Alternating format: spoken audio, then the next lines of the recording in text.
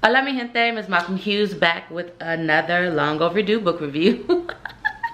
So today we are going to be talking about none other than Just As I Am by Cicely Tyson.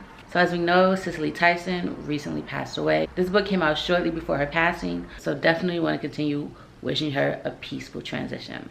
So let's just get into it. Just As I Am is the autobiographical work from Cicely Tyson, written with Michelle Burford, who is a renowned co-writer for many memoirs and autobiographies. The work follows the life of 96-year-old Cicely Tyson, and living 96 years, we automatically know that that's many lives and many experiences to have, which is something that's evident here throughout the entire book. So I wanted to read this book because obviously she's a legend who had just transitioned. Really wanted to know more about her life. I felt as if we all really know her as this very elegant and larger than life Black figure who we just all presume would live forever. I remember when hearing of her past, I was like, what? No, I just anticipated that she would live forever. And even though we all knew that was mad, I kept seeing that everywhere. Like, I just thought she was gonna live forever. So I just think she was this eternal heroic figure for us, and we were just all taken aback by her actual passing. So in addition to really just wanting to know more about her, it was the timing, and it just felt appropriate to honor her life and her legacy by reading her book. Now what I can say is that the book begins just like the title photo with beautiful pictures of her that are just very regal and sets her on the queen status that she should be. So I think that was a great start. In addition to that, there's a foreword by Viola Davis that is just chef's kiss. It is brilliant. It is really just a moving testament that really exemplifies the ways in which Cicely Tyson inspired her from being a young girl to go into acting, and just what that representation of seeing someone on screen who looks like her meant to her, and how that has impacted her throughout her entire life and her acting career. So it's just beautiful and extremely well written, and just is a true highlight of the book. So getting into the core of the book, I would say the subject matter really focuses on obviously the life of Cicely Tyson, but also we get to learn about her deep love and reverence for Black people. And I think that's something that's evident and clear throughout the book. I really felt that. It was palpable. So I thought that was super dope.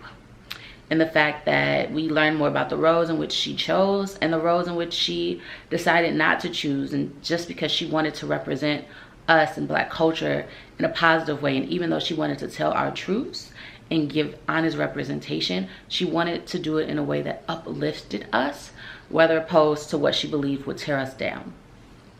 And I think that's super honorable and admirable. And I think that if you have that core as your foundation, then it helps to guide your true north, and you can always stay true to yourself in the decisions that you make. And that's not just in acting, that's in life. And one thing she said, which is a quote that I want to share, is that either my spirit can take the story or it cannot. My senses have never misled me. And that's really what she used as her guidepost. She often spoke of it as goose pimples, and she knew that's something she needed to do. Her soul really connected with the character, and she wanted to represent that. Something else I would say the book really helps to clarify and make clear is the charisma of Cicely Tyson. I really think that's evident. The voice comes through pretty clearly, not always consistently. I'll talk about that when I get to some cons, but from the very beginning, it feels as if you're having a conversation with a good girlfriend, that she's sharing her life story, and girl, this is what happened, and this is what happened, and this is why I did that, and here's what you can learn from that, right? So I think there were numerous gems dropped throughout from the very beginning to the end. And I think that's another piece that's just super endearing about the book, because if you've lived 96 years, especially in America and the society in which we live in, you've seen a lot of changes in that near 100 years, right? So I think that getting somewhat of an understanding of what that may have been like was cool. Again, I think that was really the highlight of just seeing someone who has lived 96 years and the experiences that they've had, the honors they've received, and how they've stayed true to themselves. And she was also a clairvoyant being, and how that came to be and how that helped to guide her was really cool as well. And the friendships that she's made and experiences that she's had, the relationships that she has encountered, and just her familial background and what is her faith and what's guided her. She also shares, and if you haven't seen this recently, I talk about it a little bit when I talk about the books that you should read for self-healing. You know, you've lived 96 years and she looked great, okay? So how she does that and how she's maintained her health, and she talks about naturopathic doctors and juicing and just what she believes in and what she eats daily and the exercises that she does. So she really tries to impart that knowledge on others, which I think is super dope, and I'm grateful for it. Now, with that being said and done, I want to do this kindly and I want to do this gently because she is a legend, and I want to respect the work because I did not love the book, and I want to talk about why. So y'all bear with me. I know she just passed away not too long ago, but I do want to give an honest review here, and I don't really think it's fully her fault, so let's talk about it. So one thing that I had an issue with the book is that it kind of jumps around sometimes, and I get that if you've lived 96 years, it's really hard to try to capture that in 399 pages, and you're trying to determine what should be highlighted, which stories you should tell, what significance will it bear. But I often felt discombobulated, like what was happening here, specifically with Miles Davis. Whenever Miles came up, because I think, as we know, her and Miles Davis were married. They had a long relationship that was very deep for both of them, and that's something that comes up here. I think that's something that people wanted to know about, and I think she wanted to highlight that and discuss her experience with the relationship, because he had talked about it before from his perspective, but to share her experience with the relationship and what it meant and how significant it was. But I also think that she didn't want that to be the highlight or focus of her book, so it was dropped throughout because their relationship was also very intermittent. So they would be together, they wouldn't, there would be some connection, they wouldn't. So it was kind of like just plopped in, and whenever it would come up, you're like, what? This is interesting. Those, like, the reading of it was really interesting and captivating, honestly. Maybe it's because I'm a huge Miles Davis fan, but I found that to be really interesting and to get a different insight into him and their dynamic, because I think that it may have been misrepresented throughout history as well. So she gets to tell her truth of it, but it was be like Miles popped up again and here we go again, and it would just be like, okay, but maybe there should have been a section like the Miles Davis section where you talk about that, because I know that's not how it happened in life, and I could see that they were trying to make that as realistic as possible with where it popped up and how, but it was often just like, what? Like, what is happening right now? Why? Like, are we here? But then it would be captivating, so you would continue, but it was also just like a side swipe every time it came up. I didn't like that. Also, I just felt like it wasn't deep enough in some places. It was a very cursory overview of her life, and I really wanted more details, and I get that she was really trying to be private and public at the same time. She had never really written a memoir or autobiography because she felt like she had nothing to say, or she didn't have to, because it was a great figure that she admired had said the same thing once. She was like, well, if she can say it, I can say it. So she finally felt like she wanted to get her story out, and she had something to say. And I do think she had something to say. I think the messages that she sent were relevant and necessary, especially she has a dedication at the end to like Black women and what she wants us to know. And I contemplated reading it here, but I think it's something that has some highlights for all of us and really focus on health and healing and the taking care of ourselves in order to be there for everyone else, right?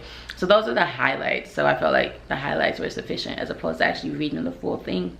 But yeah, so I think that that's beautiful and something that we need to hear, and something that we often carry a lot of weight on our backs, and we have to remember that self-care, if we're not in a great place, then everything else crumbles. So we have to make sure that we're healing and we're able to receive love, and we're giving love from a healed place, right? So I think those are all super important messages. However, when it comes to like her life and some of her experiences, I wanted to know more. I wanted to know, how did all of that make you feel when you were going through it? Looking back now, is there anything you would have done differently? Or if you would have kept everything the same, right? Just, what do you wish you had known going through it that you know now on the other side of it? And do you feel like all the choices you made were the correct ones? and just what lessons you've taken away. And I guess I just wanted more details of that. We get into our family a little bit, but I would have wanted more specification as well. It's like, once the separation of your parents happened, how did that truly make you feel, right? And how did that determine, and she talks about that with her relationships, but to just draw more connections. So there were just some areas where I wanted just more information that of course you didn't have to give, right? It's your telling of your story, you tell what you wish. But as a reader, there was just certain details that I desired that just weren't here. Also, even though this is her autobiography, and I do feel like I got some insight into her, I didn't walk away feeling like I knew her. I didn't. I feel like I got to know a small percentage of her, and I wish that I had gotten to know her more, honestly. How was she as a mother, like as an adult, once her like daughter was grown, and what did that mean in the life that she has now? I would have wanted just more details about that. So it was somewhat like little tidbits or stories, but not really always cohesive and not the clear understanding. And then also sometimes the voice, there were moments where it was really clear, a good girlfriend was telling you their life story, and then there were other areas where I felt like I could feel too much of Burford in there and not enough of Cicely, so that also was a little problematic for me. But overall, I think it was a good book. I think it's a solid effort. I think that you can obviously never just get to know someone through one singular book, but I know, like, as someone who's a big fan of like autobiographies or biographies in general, or memoirs, I've read some that are much better, and I walked away feeling like I had a clear understanding of who these people are, especially because I'm a huge fan of narrative nonfiction. So overall, I would say I think this book is a C. I think it was like a solid C effort. It didn't blow me away. I thought it was fine.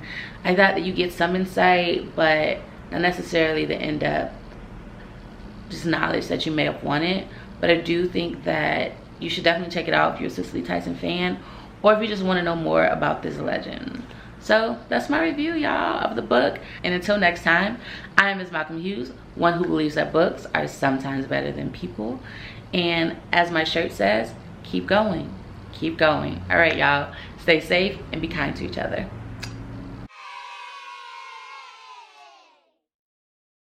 Also, for those of you inquiring, I do still have buttons, my Miss Malcolm Hughes pins, and the details on how to get those are below.